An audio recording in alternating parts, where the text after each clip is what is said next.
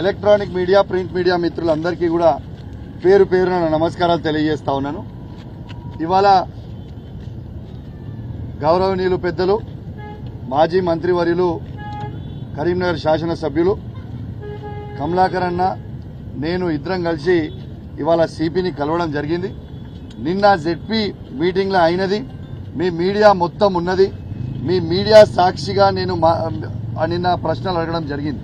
ఏమని అడిగినా నిన్న నేను హుజరాబాద్ నియోజకవర్గంలో పేద ఎస్సీ, ఎస్టీ, బీసీ, మైనారిటీ పేద విద్యార్థుల భవిష్యత్ కోసం వాళ్ళ స్కూల్లో అరేంజ్మెంట్స్ వాళ్ళకి బాగా చేసిండ్రా, స్కూల్లో వాళ్ళకి బుక్స్ ఇచ్చిండ్రా, స్కూల్లో బట్టలు ఇచ్చిండ్రా, భోజనాలు మంచిగా పెడుతున్నారా, క్లాస్ రూమ్లు నీట్గా పెడుతున్నారా లేదా అని నేను ఎంఈఓలతో రివ్యూ మీటింగ్ పెట్టుకుంటే డిఈఓ గారు అసలు ఎమ్మెల్యే గారు రివ్యూ మీటింగ్ పెడితే మీరు ఎట్లా అటెండ్ అవుతారని నోటీస్ ఇవ్వడం ఎంఈఓలకి ఎంత బాధాకరం అని చెప్పి సందర్భంగా తెలియజేస్తా ఉన్నాం. ఇవాళ వాస్తవంగా చెప్పాలంటే ఇవాళ కమలాకర్ గారు జిల్లా మంత్రిగా ఉన్నప్పుడు ప్రతి సంవత్సరం మీరు రికార్డు తీసుకోవచ్చు, ప్రతి సంవత్సరం ఎడ్యుకేషన్ మీటింగ్ స్కూల్ స్టార్ట్ అవుతున్న ఇయర్లో రివ్యూ మీటింగ్ కంపల్సరీ జిల్లా హెడ్ క్వార్టర్లో పెట్టేది. అట్లాంటిది ఇక్కడ మంత్రి గారు అది ఉత్తమ్ కుమార్ రెడ్డి గారు కావచ్చు, పొన్నం ప్రభాకర్ గారు కావచ్చు, శ్రీధర్ బాబు గారు కావచ్చు, జిల్లాలో వాళ్ళు వచ్చి రివ్యూ మీటింగ్ పెట్టకుండా ఇలా ప్రజల సమస్యలు పిల్లల భవిష్యత్తు గాలికి వదిలేసి వాళ్ళు వదిలేసినప్పటికీ మేము హుజరాబాద్ నియోజకవర్గంలో ఒక బాధ్యత కలిగిన ఎమ్మెల్యేగా నేను రివ్యూ మీటింగ్ పెట్టి నేను ఆ పిల్లల సమస్య తెలుసుకుంటే దానికి నోటీస్ పంపడం ఎంతవరకు సమస్య చేశామని నిన్న నేను జెడ్పీ మీటింగ్లో నేను అడిగితే సమాధానం చెప్పలేని పరిస్థితిలో కలెక్టర్ గారు, డిఓ గారు ఉండి నిన్న పారిపోయింది. జెడ్పీ వాళ్ళ నుంచి అధికారులు మీ అందరి సాక్షిగా వాళ్ళు పారిపోయారు. నేను అధికారులను అడుగుతా ఉన్నా, ఇలా మీరు సమాధానం చెప్పే పరిస్థితిలో మీరు లేకపోతే ఎందుకు అట్లాంటి తప్పుడు పనులు చేస్తున్నారని నేను అడుగుతున్నా. అది వాళ్ళ పని తప్పు అని మీకు తెలిసే మీ దగ్గర సమాధానం లేకనే మీరు వెళ్ళిపోయారు కదా. అట్లాంటి పరిస్థితి మీరు ఎందుకు తెచ్చుకుంటున్నారు? ఇలా ప్రభుత్వము ఇలా వాళ్ళు ఉండొచ్చు, రేపు మేము రావచ్చు, కానీ లీగల్గా ఎట్లుంటే మీరు అట్లా చేయాలి. కానీ మీరు సమాధానం చెప్పలేని పరిస్థితిలో మీరు అధికారులు తెచ్చుకుంటున్నారు అంటే మీరు ఏం చేస్తున్నారు ఒకసారి మీ మనస్సాక్షికి మీరు ఎట్లా చేస్తున్నారు, మీరు ఏం చేస్తున్నారు అనేది మీ మనస్సాక్షికి మీరు ఆలోచన చేసుకోండి. ఇవాళ ఒక జిల్లా పరిషత్ సిఓ గారు, దాని అధ్యక్షన జెడ్పీ చైర్మన్ గారు ఉంటారు. అసలు జెడ్పీ చైర్మన్ గారి అప్రూవల్ లేకుండా ఇలా వచ్చి కంప్లైంట్ ఇచ్చే రైటే సిఓ గారికి లేదు.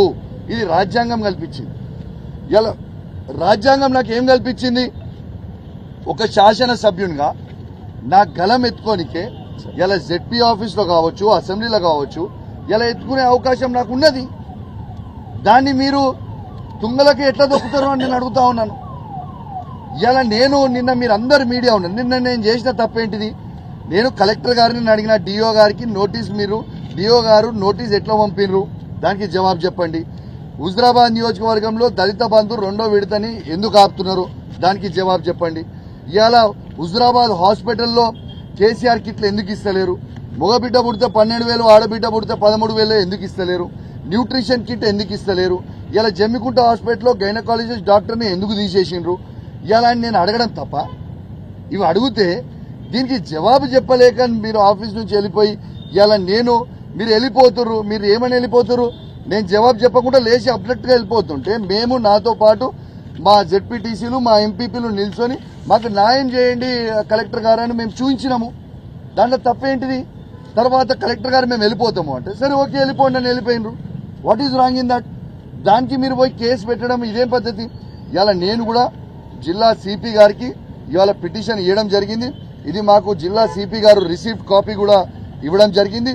ఇలా ఖచ్చితంగా దీన్ని కూడా ఎంక్వైరీ చేసి సిఓ గారి మీద కూడా ఎఫ్ఐఆర్ చేస్తా, దీన్ని ఎంక్వైరీ చేస్తా, నిజం అయి ఉంటే ఎంక్వైరీ చేసి ఎఫ్ఐఆర్ చేస్తా అని కూడా సిపి గారు కూడా మాకు చెప్పడం జరిగింది. దీన్ని ఎంక్వైరీ చేసి న్యాయం చేస్తాం మీకు కూడా అని చెప్పడం జరిగింది. మాకు పూర్తి నమ్మకం, విశ్వాసం ఉంది సిపి గారి మీద. ఖచ్చితంగా న్యాయం చేస్తారని నేను కోరుకుంటా ఉన్నానని చెప్పి ఇప్పటికైనా కూడా నేను ఈ అధికారులు మన కరీంనగర్ జిల్లాలో ఉన్న అధికారులకి నేను రిక్వెస్ట్ చేస్తా ఉన్నా, ఇక్కడ ఉన్న ఈ జిల్లా మంత్రి అయిన పొన్నం ప్రభాకర్ గారి మాటల బడి మీరు ఆగం కాకుర్రి. ఈ పొన్నం ప్రభాకర్ గారి మాటల్లో బడి జమ్మికుంట ఎంఆర్ఓ గారు జైలుకు వేరు, కమలాపూర్ ఎంఆర్ఓ గారు జైల్లోనే ఉన్నారు. ఈయన మాత్రం మంచిగా తిరుగుతున్నాడు, అధికారులను ఇరికిస్తున్నాడు. ఈయన మంచిగా సపడేకుంటుండు. ఈయన ఇల్లీగల్ పనులు చేయమంటే మీరు దయచేసి మీరు చేసి ఆయన మాటల ట్రాప్ లో పడి మీరు ఇబ్బంది పడకుండా అని చెప్పి నేను సందర్భంగా తెలియజేస్తా ఉన్నాను. ఖచ్చితంగా నేను కూడా రేపు నేను కూడా స్పీకర్ గారి దగ్గరికి పోయి ప్రివిలేజ్ మోషన్ ఖచ్చితంగా డిఓ గారి మీద సిఓ గారి మీద ఖచ్చితంగా నేను మూవ్ చేస్తా అని చెప్పి కూడా ఈ సందర్భంగా మీ ద్వారా తెలియజేస్తా ఉన్నాను. ఖచ్చితంగా వీళ్ళకి ప్రివిలేజ్ మోషన్ మూవ్ చేస్తాం. రేపు అసెంబ్లీలో కూడా ఈ మాటని మేము గలమెత్తాం. ఈ కేసులు ఎట్లా పెడతారని చెప్పి కూడా మేము ఖచ్చితంగా అడుగుతామని చెప్పి కూడా ఈ సందర్భంగా తెలియజేస్తా ఉన్నాం. ఇంకోటి కూడా చెప్తా ఉన్నాం, మీకు ఈ ప్రభుత్వానికి చెప్తా ఉన్నాం, మీరిట్లా మా మీద ఒత్తిళ్లు పెట్టి కేసులు పెట్టిస్తే ఈడ మేము భయపడేటోళ్ళం కాదు.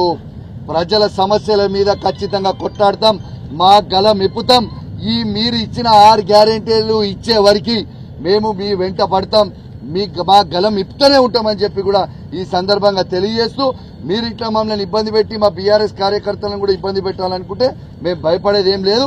ఖచ్చితంగా మా బీఆర్ఎస్ పార్టీ కార్యకర్తలకు కూడా మా కరీంనగర్ జిల్లాలో కమలాకర్ అన్న నాయకత్వంలో ఖచ్చితంగా మేము గట్టిగా అండగా ఉంటాం. కమలాకర్ అన్న వినోద్ అన్న నాయకత్వంలో ఖచ్చితంగా అండగా ఉంటాం ప్రతి కార్యకర్తగా తెలియజేస్తూ సెలవు తీసుకుంటా ఉన్నాను. జై తెలంగాణ, జై కేసీఆర్.